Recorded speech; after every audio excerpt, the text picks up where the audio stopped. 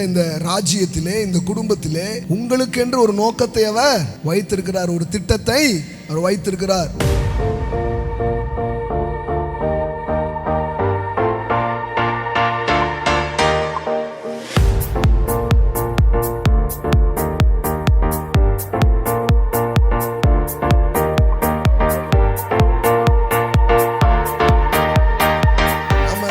கிறிஸ்தவ வாழ்க்கைன்னு என்ன நினச்சிக்கிறோன்னா, ஏதோ எனக்கு ஒரு பிரச்சனை இருந்தது, கடவுள் வைத்த வழியை போக்குனாரு, எனக்கு ஒரு பிரச்சனை இருந்தது, கடவுள் ஏதோ மாற்றினாரு அப்படின்னு போகிறது நினச்சிக்கிறாங்க நிறைய பேர்.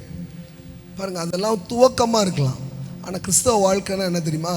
ஒரு ஊருக்கே, ஒரு பட்டணத்துக்கே, திரளான மக்களுக்கே நீங்கள் தீர்வுகளாக இருப்பீர்கள், நீங்கள் பதில்களாக இருப்பீர்கள். ஆமென். அதை தான் வேதம் சொல்லுது. முதலாவது தேவனுடைய ராஜ்யத்தையும் அவருடைய நீதியையும்.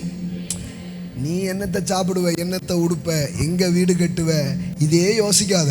கடவுள் என்ன ஒரு நோக்கத்துக்காக வச்சிருப்பாரு, அது என்ன, அதை நான் செய்ய போறேன்னு வந்தீங்கன்னா இதெல்லாம் உன் பின்னாடி வந்துரும்ன்றார். எல்லாம் சொல்லுங்க, ஃபைண்ட் த பர்பஸ்.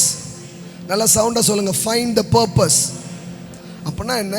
தேவன் வைத்திருக்கிற இந்த ராஜ்யத்திலே, இந்த குடும்பத்திலே உங்களுக்கென்று ஒரு நோக்கத்தை அவர் வைத்திருக்கிறார், ஒரு திட்டத்தை அவர் வைத்திருக்கிறார். அந்த நோக்கம் என்ன, அந்த திட்டம் என்னன்னு உங்கள் மனம் சிந்தித்து நீங்கள் அதை தேடும் பொழுது, நான் சொல்கிறேன், எல்லாம் உங்களை தேடி வரும். ஆமென். சும்மா வரல பாருங்க. நீங்கள் தேட வேண்டியதை தேடும்போது வர வேண்டியது நிச்சயமாய் வரும். ஏதோ நான் வீடு கட்டணும், கார் வாங்கணும் அப்படின்றத தாண்டி தேவன் என்னை கொண்டு ஏதோ ஒரு காரியத்தை செய்ய போகிறார். I am, amen, I am in the purpose of God.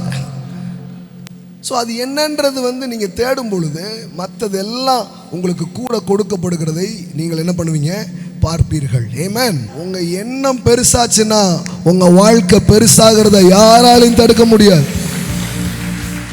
ஆமென்.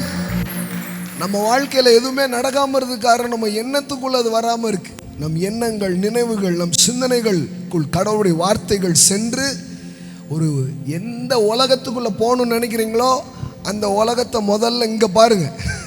இங்கே பார்த்துட்டீங்கன்னா உங்களை கூட்டிட்டு போகிறது அவருடைய வேலை. ஆமென்.